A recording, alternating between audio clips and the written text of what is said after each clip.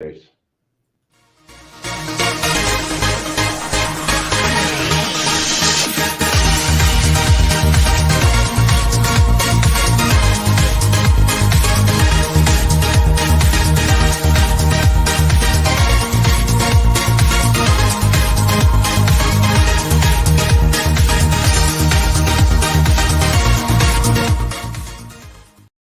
Dun, dun, dun, dun, dun, dun, dun.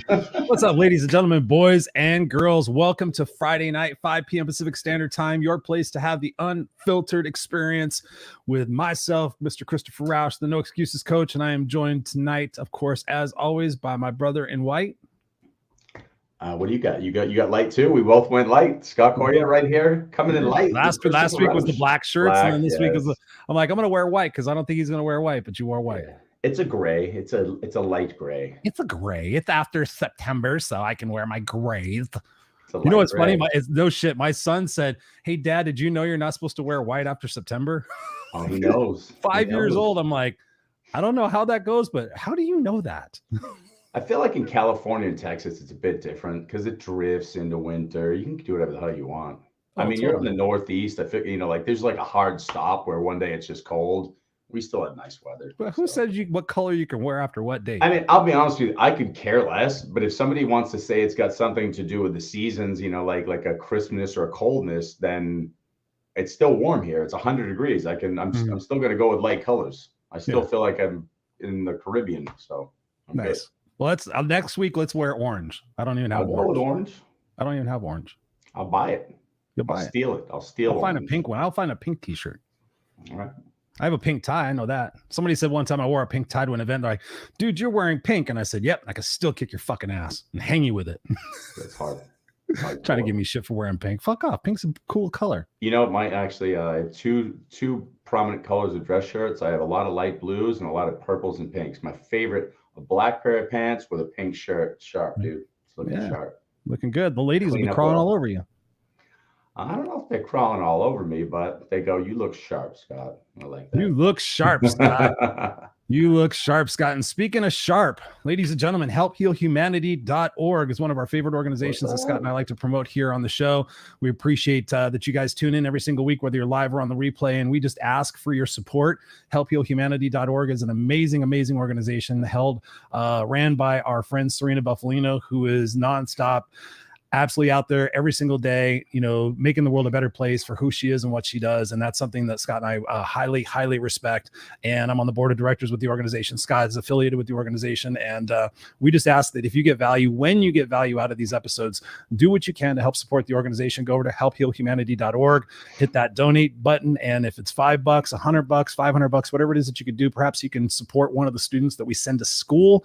Would be massively appreciated. Right now, if you watch the news, which I really don't, but Serena actually sent me a news article.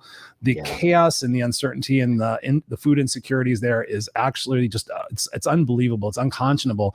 And during these times, these chaotic times where the gangs are trying to take over the streets, Help Heal Humanity is still sending kids to school. And our goal is to be able to feed these kids 3 times a week. They're not getting nourishment. Malnourishment all over the world is going crazy right now, but they're in Haiti. It's especially challenging. So we ask for your support to help us send those kids to school, to create a brighter future for their families and for themselves and for their future generations. So helphealhumanity.org if you want to get involved with the organization, if you want to do a fundraiser in your local community, if you're looking for an organization where all the money goes towards whatever cause we're raising the money for, check us out and go over there and help us out. We would appreciate you for doing that. How's your week going, Mr. Scott, before we bring in our guest? Chris, I feel like it's just pure chaos, and I think we can utilize that as a segue into today's discussion because, you just brought up a strong point right now that, there's a lot of chaos and disarray in Haiti right now. I got the same articles that Serena sent too, talking about there were 2 news reporters who were killed in the streets. You see gangs trying to take over. And here's the reality, whether it's metaphorical or whether it's literal in our lives right now, there's a lot of gangs trying to take over. And so those gangs could be a specific political party, a fear we have. There's things that are trying to infiltrate our peace. And I like to think of this. I like to think that one of the most beautiful things that we have as an opportunity and growth is the final lessons before we truly achieve something. there's going to be the most difficult, there's the friction, there's the biggest hill. And there's going to be a point where we're way ahead and we look back and that hill looks so small. But in this present moment, for a lot of us, that hill, that gang, metaphorical, literal, these things are stopping us from finding that peace. And I think we've got to try to redefine what sense of self means. So what's my part in, making this world a better place? Who am I? How do I fit into this world? And I think that tonight we might have an expert in really helping us clarify that. I know he's going through some chaos today too, because we just talked about it before we started. Yeah. So, you want to throw the intro or should I slap it out there? Go for it. Why don't you handle this one? We're going to say this is our sense of self expert and a beautiful friend and a wonderful human being, Lee Hite. Jump on board with us. What's up, Mr. Lee? Welcome to the Unfiltered experience for your second time. He's got white too. He got the memo. We got the white memo. Damn. Got the memo. I got the memo. How you doing, brother Lee? How's your Friday going? How's your week? Friday's going good. Week was a little chaotic. I heard you guys talking, and it's going around. So we can talk about that, because it's something. Because here's the thing that I think about whenever the conversation of chaos comes up is that I remind myself, and it helps me kind of breathe into it, is that chaos always precedes the creation of something new. Yeah. Mm-hmm. Nice. Yeah, and when you think about that, Lee, you think about the fact of what we've all been through in the last couple of years with the pandemic and everything else, and all the different awakenings and different uprisings and different divisiveness that's gone on in the world. What have the last? I mean, you and I are personal friends and we talk all the time, but for the audience out there, what have the last few years really brought for you in your growth and your transformation as you continue to evolve and expand as Lee Hite? I mean, it's been pretty amazing. I mean, especially. I was in a space on Clubhouse this morning, and boy, I knew it's chaotic too. It's like people who were generally there weren't there, and some new people showed up and contributed. And it was really, what happened was it was a very unusual opening, and what it did was the chaos shook things up and made space for new contributors. Nice, which was awesome, and that's really very much the way I hold to the growth process, right? Because it's a process of letting things go and making space for new stuff, right? It's like, oh, this isn't working, so I take this out and I put it away, and that creates the space for something new. And say, oh, look at that! I can try the purple shirt instead of the orange shirt, or whatever. I mean, I can let go of this anger and claim this peace, right? I can let go of this fear and claim this love. I can let go of this doubt and claim this sense of self. Right. I'm trading stuff off, trying new ways of being on to see what works. I like it. And so the last year and a half, last couple of years has just been pretty amazing, because for myself, I was thinking back, because remember a little over a year ago, Scott, well, it was a year ago, August, we finished 75 hard. Yeah. Which was, and I stepped on the scale this morning. Uh-oh. And I weighed gained the 75 back. No, I weigh the same today as I did when I ended 75 hard. That's good. Dude, that's awesome. Congratulations. And I'm in better shape. Oh, nice. So Lee, here's a question for you. Listen, one of the things a lot of us try to remove things, whether it's with intention or requirement, necessity, from our life. It could be a partner, a job, something that we're doing, a behavior. And I feel like a lot of times when we create that space, we have a natural tendency to want to fill it quick because we feel that void. Mm-hmm. Tell us some of the ways that you allow or enable or empower that space to be filled. Because I have my ways that I do it, and I love hearing how people do it. An example is if a lot of times people lose a job or they end a relationship and they immediately want to get somebody else or run to the next job and just take it. What do you do to make sure when that space has been revealed to you that what gets filled into that is an improvement and growth and moving forward and not same old, same old? It's a great question. Yeah, that's a great question, Scott. And it's like it's interesting because it is. We get so tempted to just kind of, when somebody walks away, we go, oh my God, I got it. Certainty. It's like the illusion. Because we attach our own personal sense of being, our personal sense of worth to the people that we surround ourselves with, or the people that inhabit our lives, right? And it's a hard lesson, and I'm better at it some days than I am at others, right? I mean, because I'm human, right? Still here, haven't turned pink and ascended yet, so there's still stuff to go, still stuff to learn. Is to just pause and say, you know what? Okay, and take that breath. Love it. Take that breath. Yeah. Do you have an example of something that you've experienced over the last couple of years where you've had to do that, where a door is closed potentially, or something is vacated, and you've had to sit there and say, "Hey, let me take this pause"? Yeah, I think we talked about it last fall when I was on the show. I mean, I walked away from what was looking like it was going to be a long-term relationship, and it clearly wasn't. I mean, I got involved in it. It's like, no, it's not working. It's not. And I was very disappointed because I had wrapped up a lot of my own feeling good about me, feeling good about life in the potentiality of that. And it took me a couple of weeks to just kind of chill out and go, and just do the self-examination and say, okay, why was I so in a rush? And what was making it so attractive? Yeah. Yeah, was it healthy me? Was it unhealthy me? And clearly, in retrospect, it was unhealthy me. Yeah, that was attaching to it. It was an unhealthy pattern, so much so that I took the time to make the commitment to reset my own sobriety date for SLAA. You want to explain that just for the people who don't know what that is? Yeah, SLA is sex and love addiction. So I reset my date. So I'm coming up on a year. Nice. Congratulations. It'll be a year, October 25th. So, cool. Yeah, I mean, I've been in and out, but it's like, I've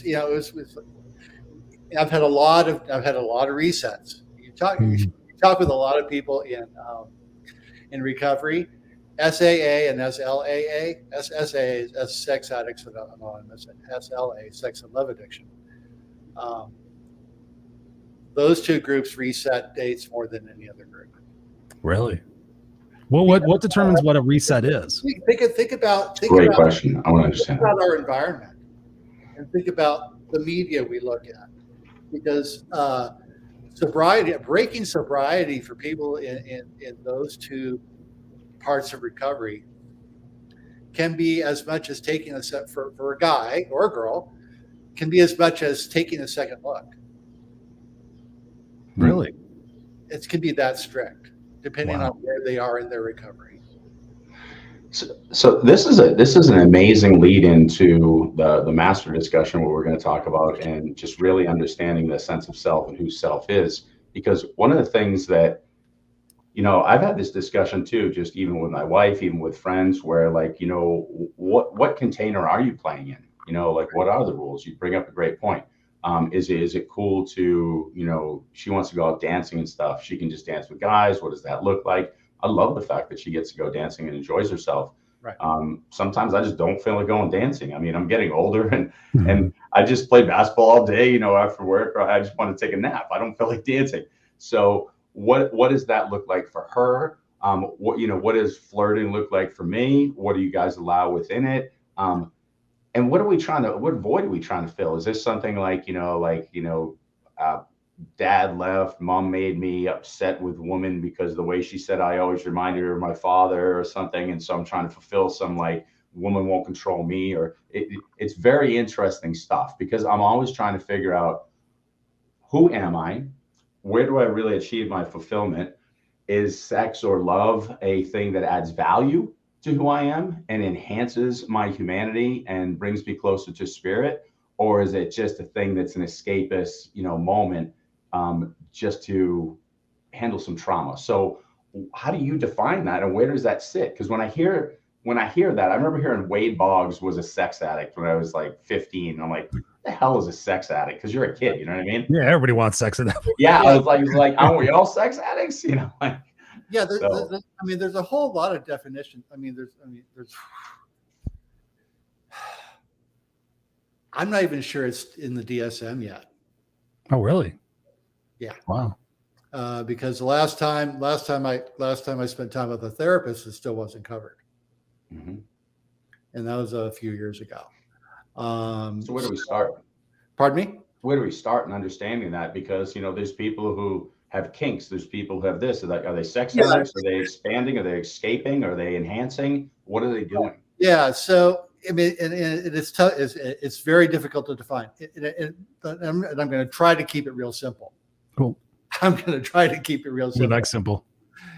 If any aspect of it, like, you know, pornography, movies, obsessive compulsive behavior around relationships, around sexual relationships. Think of a drug addict or an alcoholic, and swap out the drugs and alcohol for sex and relationships. So where it introduces like a problem, or it introduces perhaps guilt or shame. It starts getting in the way of the rest of life. Right. It's a problem. There you go. There you go. Right. So how do you give yourself grace? Because grace is so important. Say a guy or a gal is sitting in the office, right, and they've got their work computer, but they've got their phone sitting on their lap or sitting in their drawer, and it's dialed up to whatever website that they really shouldn't be on while they're working. You know, and while they're working, they're pulling the drawer out and they're taking peeks while they're working. Mm-hmm. It's getting in the way, isn't it? Yep. So, yeah, and that's just one example. I mean, that's one of many examples. One of many, many, many examples. What if I have a hydration issue and I just want to drink water all day? Is that the same thing? I'm playing devil's advocate. I'm just saying, like, because I really like. Here's the thing. So I always have my friends who are pot smokers, and they're like, I'm not stressed. I'm efficient. I'll take a toke. I'll go out at lunch. It's not impeding me at all. So right. I'm like, I always wonder where these lines are. And you bring up a very good point. You know, am I taking a hit? Am I looking at a naked body? Am I drinking too much water? I mean, we can play this game all day long. I always wonder when it's truly hurting us. Right. So so it's one, is it getting in the way? Two, what is that activity's relationship to my sense of self? Mm-hmm. Am I beating myself up with it in a kind of a backhanded way? Absolutely, I was. Yeah, absolutely. And so getting clear of it, and you know, and this is something I talked about a while back, is like I finally tapped into the genesis of my addiction this past year. Tell us about that. I really, it's not something I really want to share. Okay. Because of the people involved. Gotcha. But eye-opening. I mean, spectacularly eye-opening, and put a whole lot of things that I had in terms of my growing up, my behaviors growing up, successes and failures in school, all kinds of stuff, self-defeating behaviors, you know, from sports to school to relationships to being horribly shy, all of it tied to that one incident. Wow. So you were able to go back and retrospectively kind of just examine the journey of your life, and you came back and were like, where did things start to change? Is that what I'm hearing? Yeah. And it was something that just kind of came up. You know, I've been doing a lot of meditation. I've been doing a lot of writing. I've been doing a lot of talking. And all of a sudden, one day I was talking with somebody and it just came flying out of my mouth. Because that's part of the way I we've talked about it. Part of the way I process is by talking. Stuff will come flying out of my mouth and I'll be like, wow. That was it. There it is. Whoop, there it is. One of those things I just kind of went, oh my God. So when we think about this conversation tonight, Lee, and thinking about finding that deeper sense of self, I think about identity. And I think about, for me, like recently going camping and just like recognizing, as I was sitting outside, I'm like, I'm constantly doing. I shared this in the clubhouse room the other night, but I'm not being. and not being. And I sat there and I started to question my identity. And I sat there and I was thinking, like, how many more different iterations am I going to go through in my life where I'm questioning who I am or questioning where it is that I'm going, instead of just allowing that to naturally flow? For people out there watching this, and we've got some amazing people watching this right now, what ideas or what suggestions do you have for them to get that introspective kind of viewpoint about their life without being judgmental and without being associating guilt or shame with some of those instances in their life? Yeah, it's crucial, Scott, Chris, and Scott both, because the minute we stop questioning, or the minute we stop asking ourselves constructive questions, and I like to stay away from the why questions myself.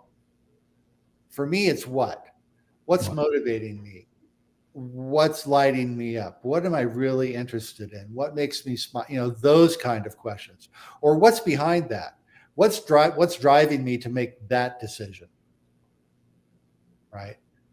Whether it be constructive or destructive, self-constructive or self-destructive, it's for example,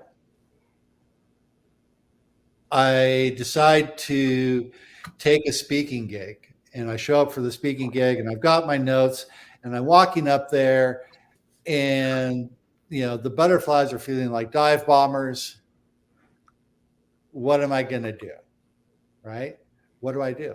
What does my training teach? My training teaches me to say, okay, I go have a conversation with the dive bomber butterflies in my stomach and say, what's going on? So that we can, is this excitement or am I scared because I don't feel prepared? That's a good point. Right. So, it's about talking to that fear, what's showing up as fear, and saying, okay, we need to fly in formation because this is what I understand is this is just energy. And in order to use the energy and transform that fear into something that is functional, to a higher level of functionality, right? And take that and add it to the performance. We need to get this squared away, get y'all flying in formation so we can go and get this done. Right. So we ask the question, what is this really about? What is the fear really about? What is the anxiety I'm feeling really about? Right. So we keep asking the questions, because if we stop asking if I don't stop and ask that question, I'm going to go up and I'm going to stumble through the first 3 minutes of that talk. Yeah, Chris, absolutely. you know that. Scott, you know that. You both speak publicly. You understand it. If you don't take the time to breathe through it, understand it, grab a hold of it and use it, then it becomes self-destructive. And that is the kind of thing that will happen over and over and over in any area of our life if we're not approaching it from a conscious place. Yeah. This last week was so chaotic. I was so out of sync with myself that on 2 of my stops, because I do facilities maintenance work during the day, twice I left my tool bag behind. Oh, wow. That's not like you. No, doesn't happen. You're very meticulous.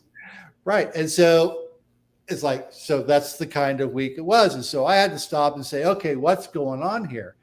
It's like, I was very distracted. I had some personal stuff I was working on. I was just distracted and I wasn't paying attention.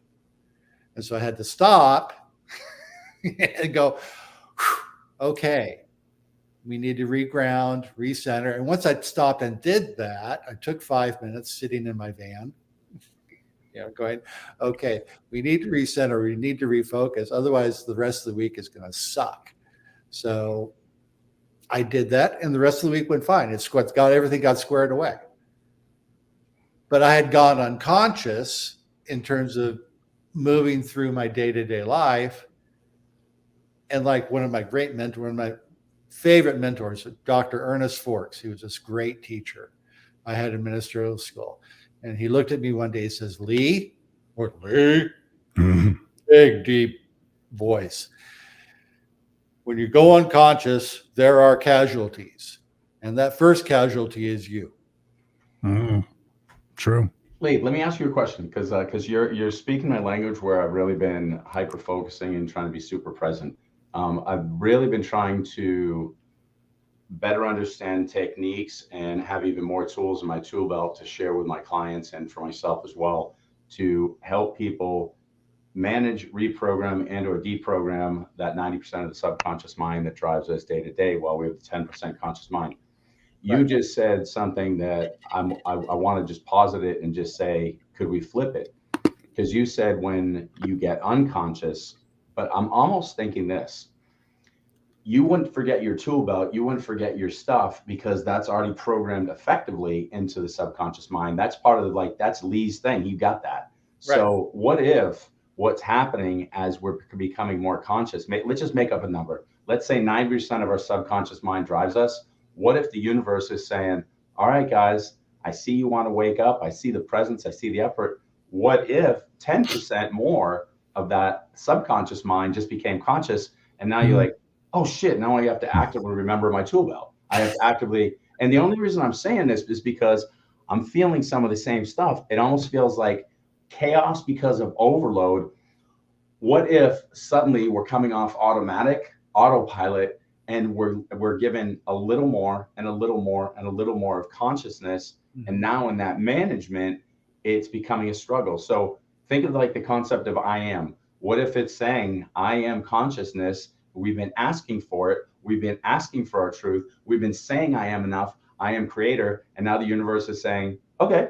And we're like, oh, right. shit. Oh, and shit. You know what? I like that subconscious mind. That's been serving me well.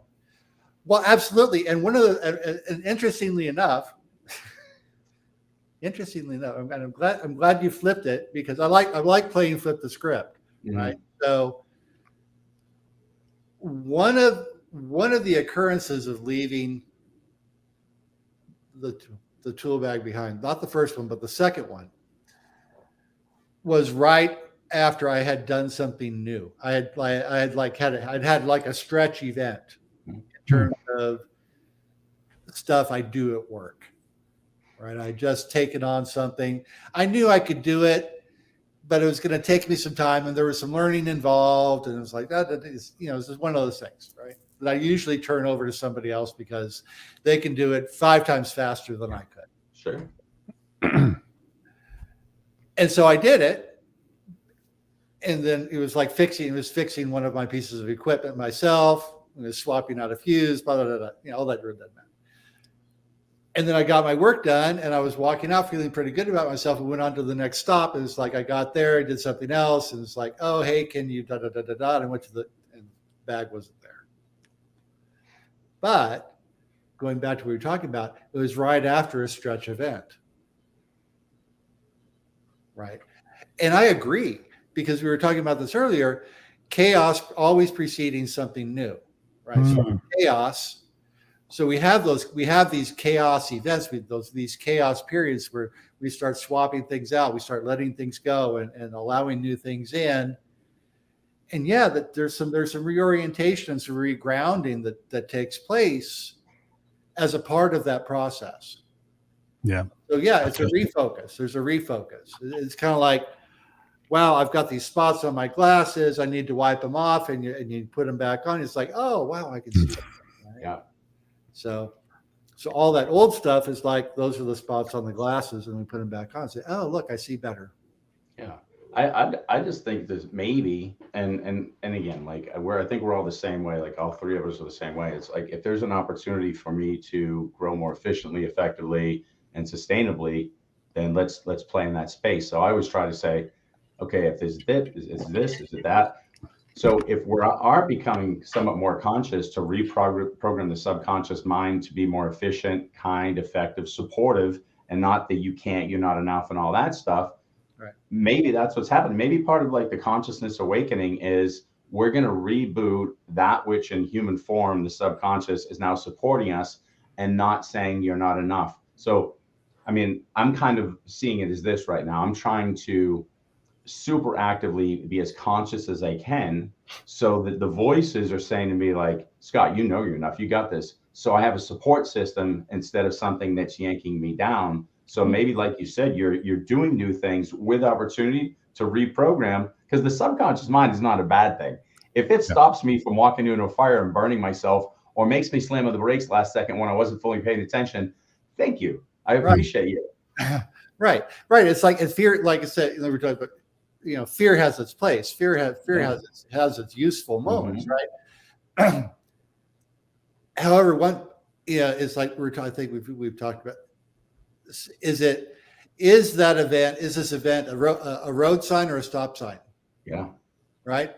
Is this like a stop sign saying, "Oh my God, you're going to kill yourself if you keep going," or this energy saying, "I'm going to protect you." It's like, I'm going to protect you from the change that I fear. Yeah. You say you want this change. Is this me saying, "Are you sure?" Sure. Little checks and balances in there. Right. I just want to. Are you sure this is the way you want to go? Right. Right. Yeah. Hold that thought. I just want to grab some of these comments right here. We got Tom Miller in the house. He says, "Hello, Lee." Hello, Tom. Thank you for being here and spending your time with us. High school buddy. What's up? Tell us some dirt on Lee. We got beautiful Mary Kay in the house. She says, "Hello, all you handsome guys." Hello, beautiful Mary Kay. We got Robert in the house. We got Anya in the house from Clubhouse. So what's up, Anya? Hope you're having a beautiful Friday and your week is mellowed out. And everybody's saying hello to each other because we're all beautiful, amazing people. Mary Kay says, "Congratulations, Lee, on your reset date." And Robert says here, he goes, "I suspect that flowing agape love may be addictive. If so, then I happily am." Absolutely. Robert's got some more things to say. What's up? We got Nelly in the house. Mary Kay says that dang autopilot mode. Yep. Our great Sally Anderson, our friend and coach Sally Anderson, talks about that. Are we in autopilot, or are we in default mode, or are we in awareness mode? So I think about that, but I think about, what we're talking about tonight. I think it's a beautiful opportunity for all of us, is that when we go back to our expectations, right? What is our expectations about our life and our growth? I've talked to some people recently and they said, they're just so tired of going through what we call the hero's journey. Like, having to go through that chaos and having to go through that turmoil and reconsidering what it is that we're focusing on most. Like I shared with both of you guys, I was so dead set on focusing on coaching and everything else that all of a sudden it just came to me in the last couple of weeks. Like, I'm going to reset and go after speaking now. And in some ways it's like, that's exciting for me, but my expectation was that I was so deeply rooted and so invested in going after the coaching and doing workshops and everything else that disappointment, frustration, resentment, all those different negative emotions were starting to pop up for me. But then when I switched my expectation to say, this is God's source universe's little way of saying, "Hey, Chris, that's not supposed to be where you're focusing at. You always like speaking on stage. You've been talking about speaking on stage. This is not the thing for you right now. How about going back to something that you're truly passionate about?" And so I think let's talk about expectations and what we can do to help the viewer and the listener readjust their expectations about this hero's journey and about the opportunity for us to be aware and present, like we're talking about, to realize that the chaos really is a setup for something that we may need to evaluate and see what we can do differently. What do you guys think? Yeah, no, absolutely. And here's the thing that comes to mind, Chris. We talk about the journey, and we talk about chaos. We talk about, all the stuff, man. And quite honestly, in most of the conversations I get involved in, and I'm as guilty of it as the next guy. And it's a shift that I am becoming very intentional about making. Understanding the universe, law of attraction, cause and effect, as I do, because I've been studying it for 47 years. Life will show up for us as we are to it. Mm-hmm. There's a mental cause, there's a mental/spiritual cause back of every event in our lives. Good, bad, or indifferent. We get to name it, right? We get to label it as it shows up, or even before it shows up. We set it in motion. So it's one of those good news, bad news situations, right? We look back at our lives and say, okay, if I created any of it, I created all of it to one degree or another. Is that an assumption you're saying? Yes, that's the assumption. Gotcha. That's the assumption that I operate from. Hurts some days, absolutely. But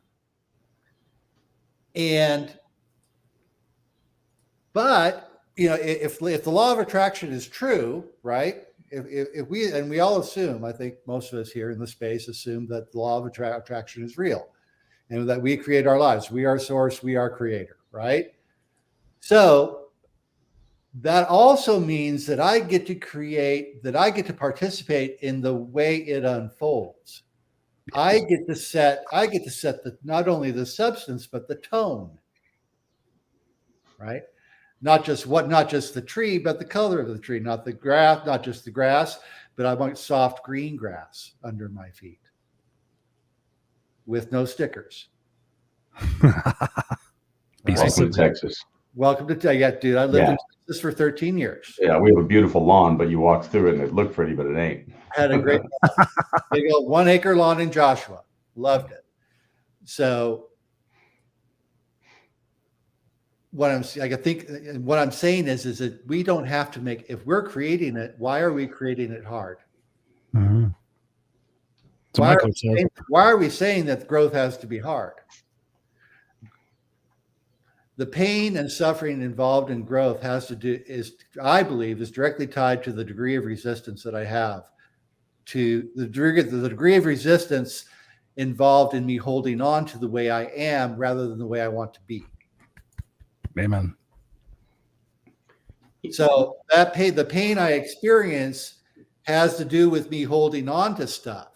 It's not about where I'm going to, it's about what I'm moving from.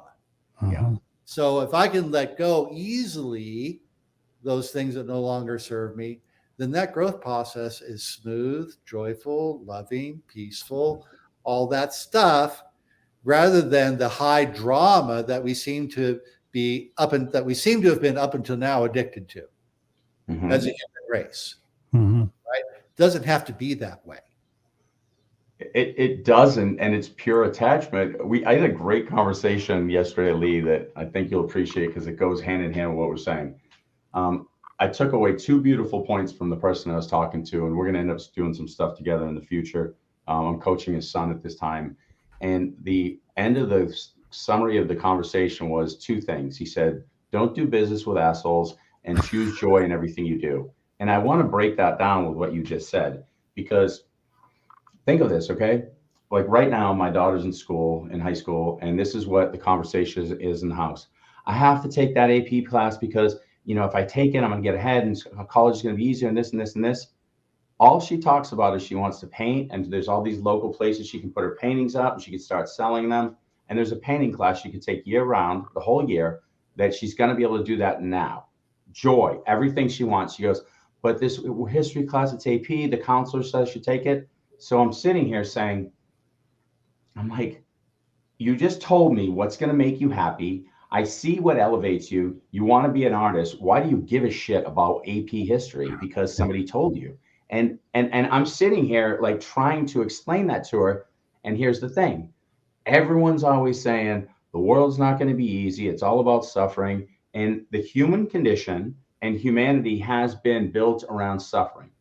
But if we believe, which we've all said, that we are creator and we are source, we come from a place of perfection.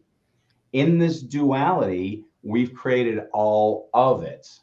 And now we have the potential, if maybe we went a little bit astray, to heal it. We can find joy in everything we do. Listen to that again, how simple that is.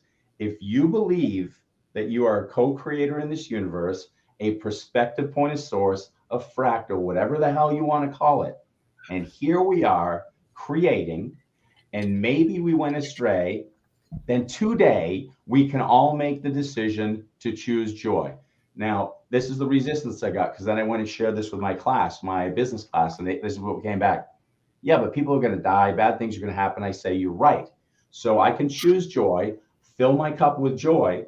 And now my reaction to those other things that are byproducts from old society won't impact me as much, because I can fill the world around me with joy because I'm full. Yes. I'm not saying this place is perfect. I'm not saying that I'm not going to have a bad day, but I can choose joy in everything I do. And that's going to make me the light, and the light's going to change things, not me saying you need to do this, you need to do this. It's just be the light, fill with joy. I do believe the basis is that simple. Is there other stuff that it's a variable that's going to affect you? Of course. Mm-hmm. That's a great point. Yeah, I love it. Absolutely. And this is part of the beauty of it is that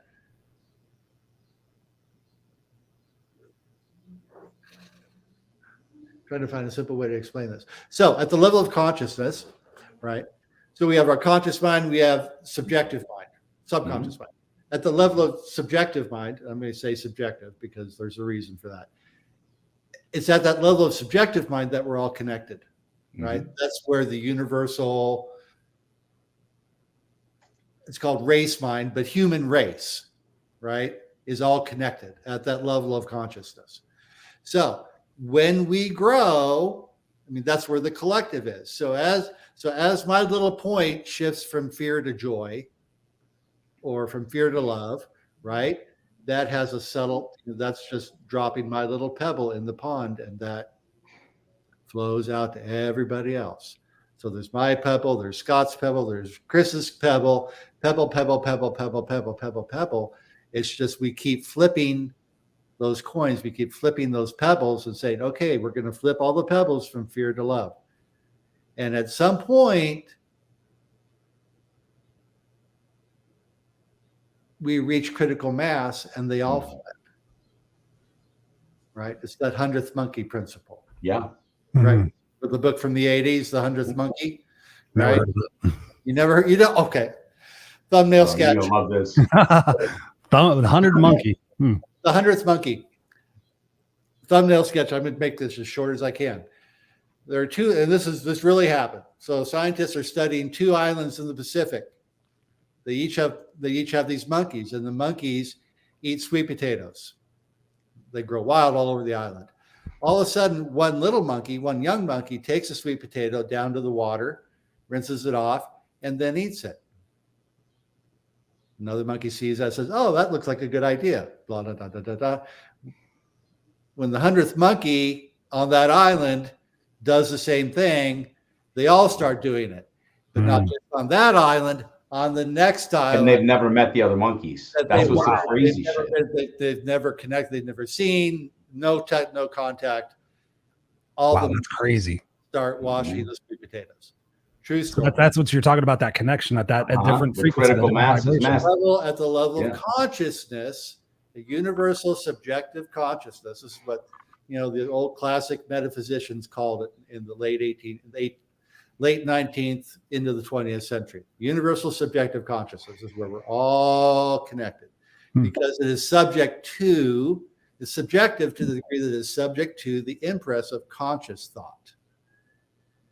Right?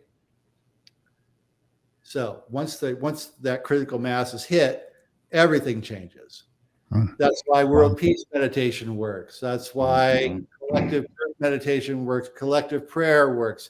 That is why all that stuff works, is because we're connected at that subjective level in consciousness.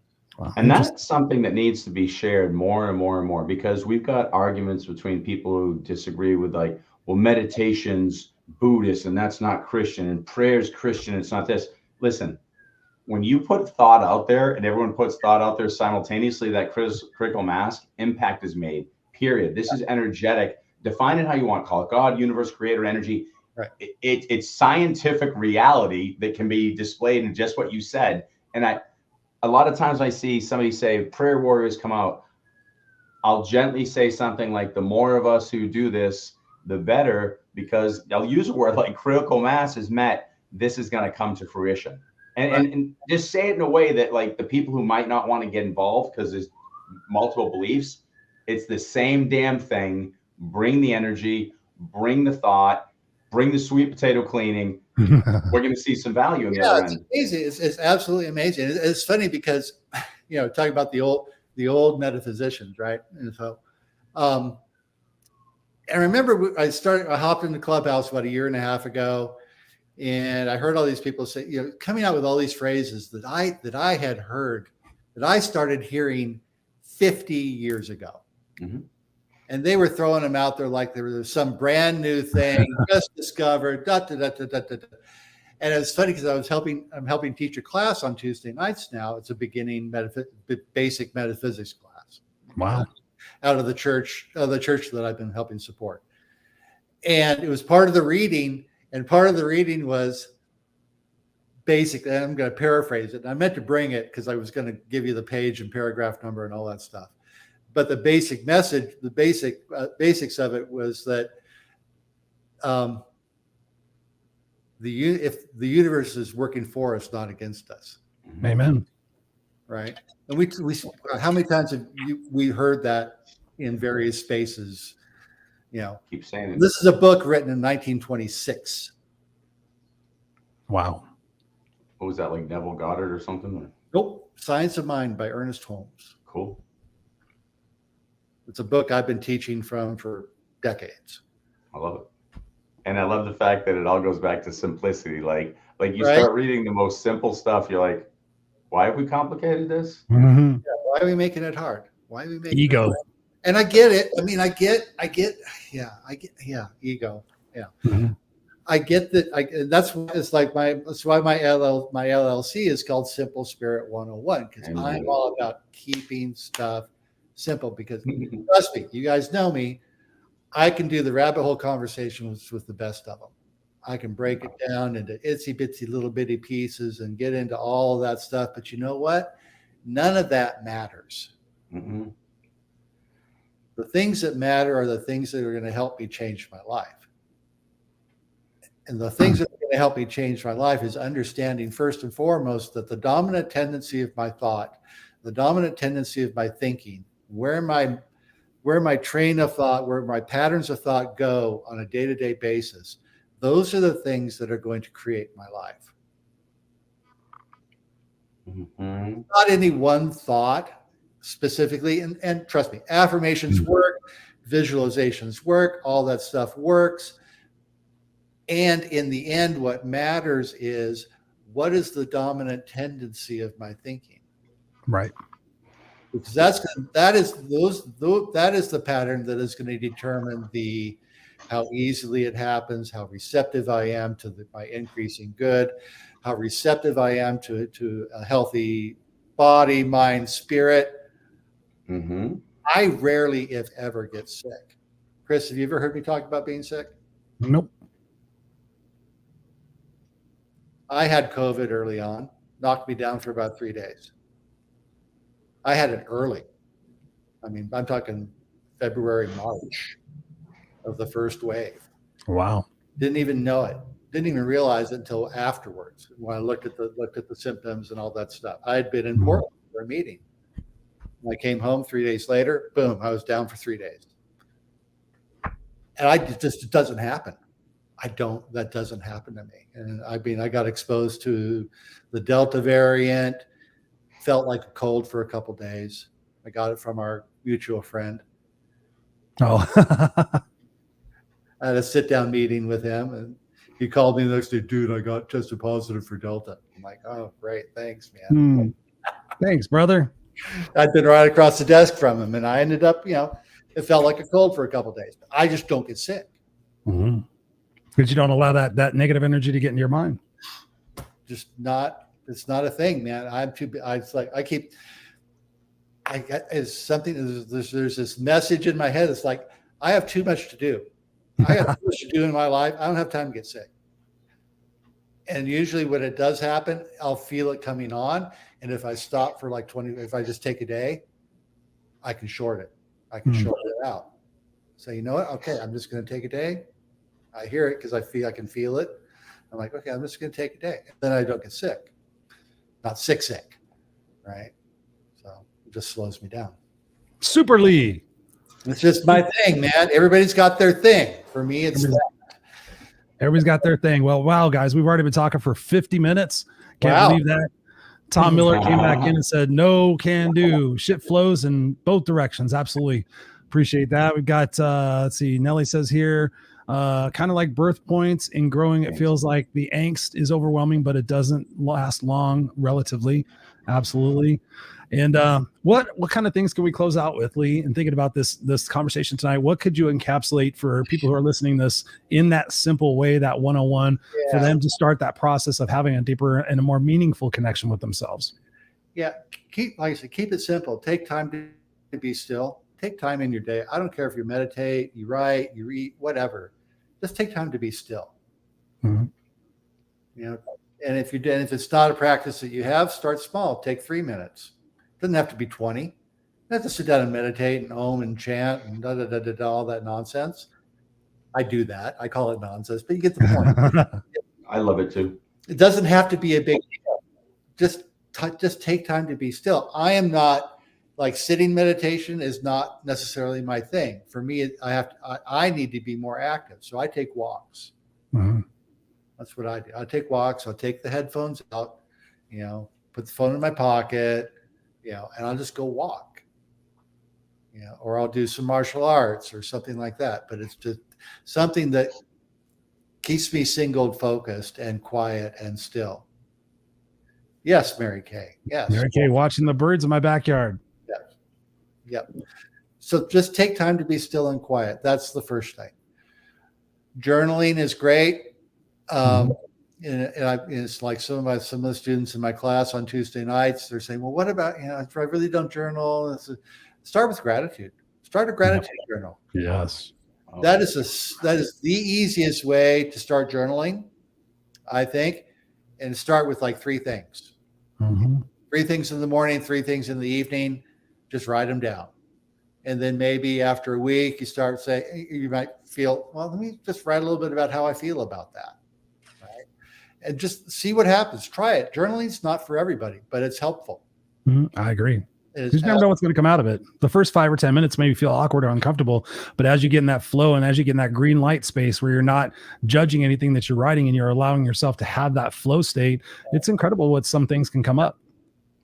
Well, Lee brought up a good point. He said a lot of the good things that come out where he has his aha moments through speaking. So he's recognized speaking. Some people might be through just active thinking. They might be walking, it pops in their head. Some people put it to paper. Figure out where you channel, because every one of us is connected to source. So sometimes I used to write poetry and sometimes I write something and I was like, whoa, but now it's more speaking because I'm doing podcasting, coaching and teaching that I'm often channeling when I'm speaking, I'm directed to source, but sometimes I'm like, whoa, it's almost like driving on the highway. Was I just talking the last 2 minutes? And then I listen to a recording. I'm like, wow, did I say that? And it doesn't matter where it came from. It flowed through you for a reason in that moment. Yeah. So whether it's writing, speaking, walking, thinking, just make sure that you're processing that so that you're identifying those spaces, like you said, whether it's a message of change or something you need to know or whatever it is. And find some people. Surround yourself with people. I mean, we have our little crew, and we've got our clubhouse crew, and find your tribe, man. Amen. Find your tribe. I mean, that makes a huge difference. Will make all the difference in the world. And if you don't have a tribe and you want to talk to somebody, call me. Reach out. I'll talk to you. Call him. You actually can call him right here. You can actually go to social. Yeah. You can actually go to socialtap.com/Lee Hite, HITE, for you guys listening on the podcast. It's up here on the screen. Socialtap, SOCIATAP.com/LEEHITE. Right there. They can also get a hold of you on Facebook, facebook.com/Lee Hite1. Yep. Facebook.com/Lee Hite Lee.Hite1. The number 1. Yeah, Sociotap's got it's like my Sunday talk stuff. I've got 2 more Sunday talks coming up. I've got one in October, one in November.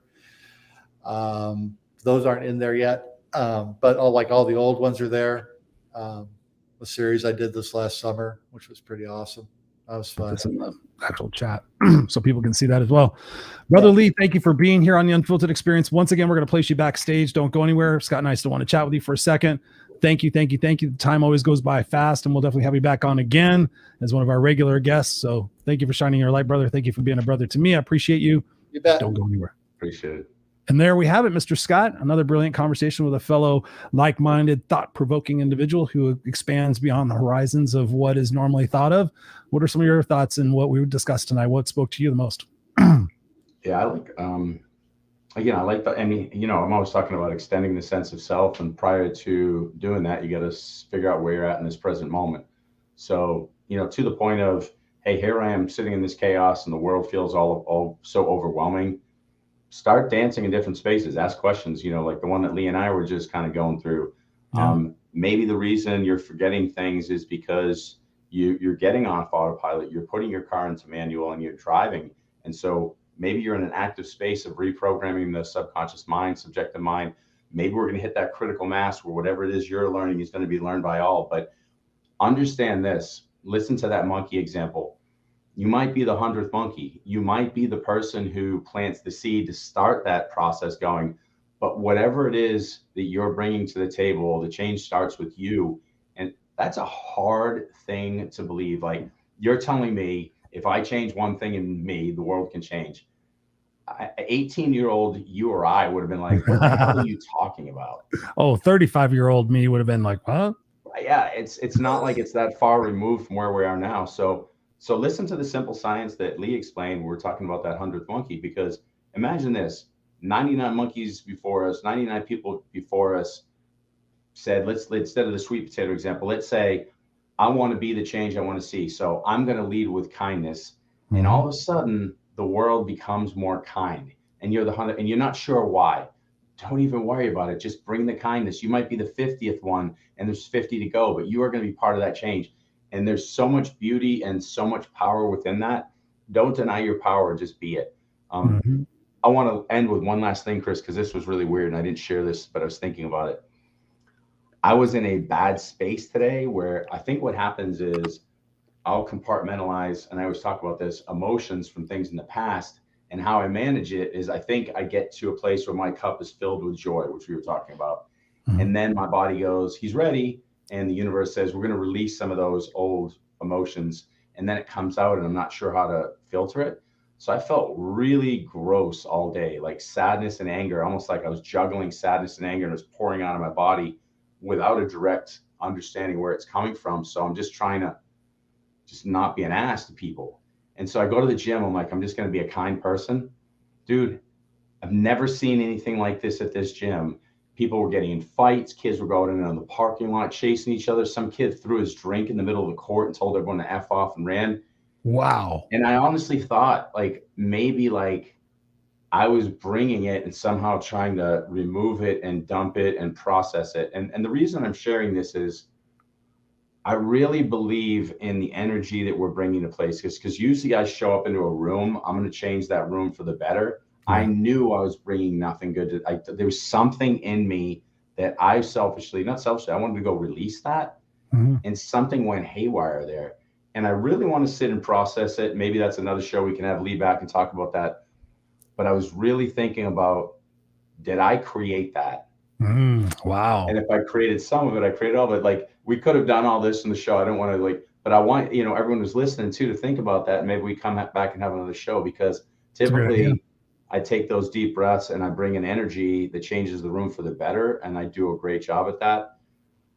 I almost felt like I should have maybe just stayed in the house today and let that dissipate. Cause I'm like, I didn't actively say anything mean to anybody. I was even trying to break it up, but I almost felt like I was throwing out negative energy all over the place and people were receiving it because it was very uncharacteristic of those people. And so I want you to understand what your power is, whether perceived good or bad, and really start to focus on what you're bringing to the table, because your energetic add to what's going on in the world can change the world, starting with you. I really believe that we're super powerful. We have to recognize that, and we have to start doing stuff to contribute to the change, starting right here, and not starting fights through negative energy in the basketball court.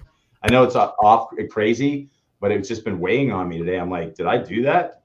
Yeah, that's crazy. I mean, it's understandable to think that, but I think a lot of people are just going through that chaotic moment in our lives. I've got friends in the spiritual space, or the what do you call it? The fucking cards and the moons and all that other stuff. I'm not sure retrograde this and flip my card, the bad moon rising and all that other stuff. Like, oh yeah, the moon's crazy and the waters, whatever.